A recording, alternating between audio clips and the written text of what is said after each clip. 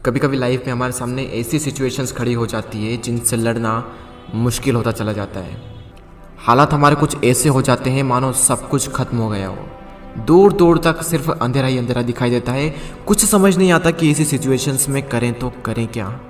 और कई बार तो ऐसी सिचुएशंस में क्विट करने का मन करता है। हालात चाहे तुम्हारे कैसे भी क्यों ना हो, एक बात तो तय है कि ये वक्त अभी गुजर जाएगा। चाहे अच्छा वक्त हो या फिर बुरा वक्त, गुजर जाएगा। लेकिन एक बात हमेशा याद रखना कि ज़िंदगी में कुछ भी कर गुजरने की अपॉर्चुनिटीज़ सिर्फ इसी वक्त में मिलती है, अगर उस सिचुएशन में क्विट ना किया जाए तो। क्योंकि विनर्स जो होते हैं वो कभी भी क्विट नहीं करते, और जो क्विट करते हैं वो कभी भी विनर्स नहीं बनते।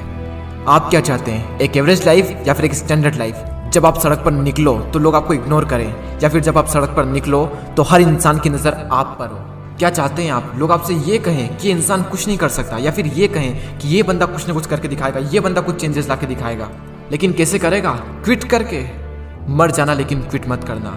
चाहे परिस्थिति कितनी भी विपरीत क्यों ना हो, कभी भी क्विट मत करना। आपका समय आज बुरा है, कल और बुरा होगा, लेकिन परसों आपकी जीत होगी। लेकिन सिर्फ शर्त इतनी सी है कि आप उस सिचुएशन में टिके रहो और क्विट ना करो। ये प्रकृति चाहती है कि हम इन परिस्थितियों से लड़ें, संघर्ष करें, ताकि हम और मजबूत बन सके।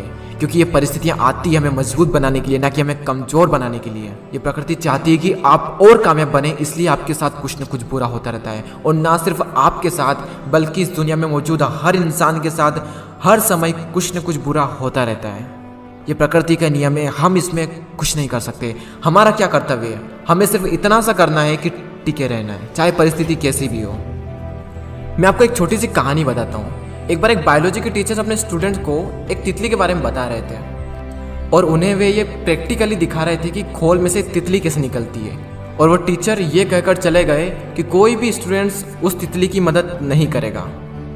वहाँ पर जितने भी स्टूडेंट थे वो ध्यान से उस खोल में से तितली को निकलते हुए देख रहे थे।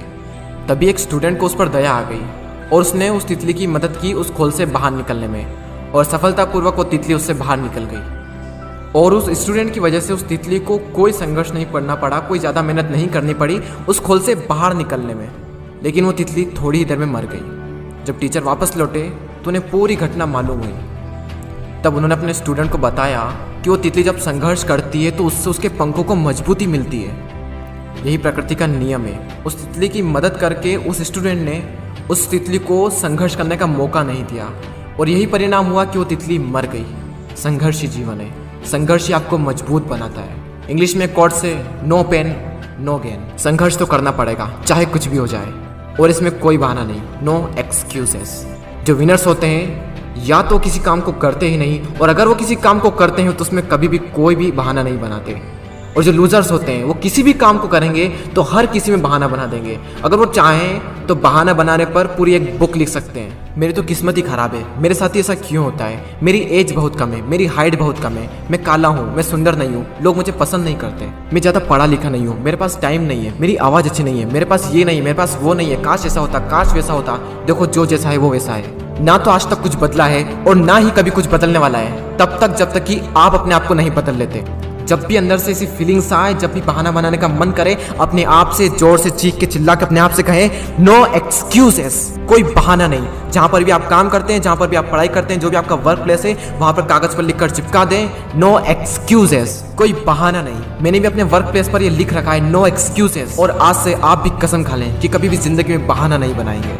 आज आप लोग भी कमेंट में लिख कर जाएं नो एक्सक्यूजेस, ताकि मुझे पता चले कि कितने लोगों ने इस वीडियो को पूरा देखा। मैं आपसे मिलूंगा अगले वीडियो में। जय हिंद, जय भारत।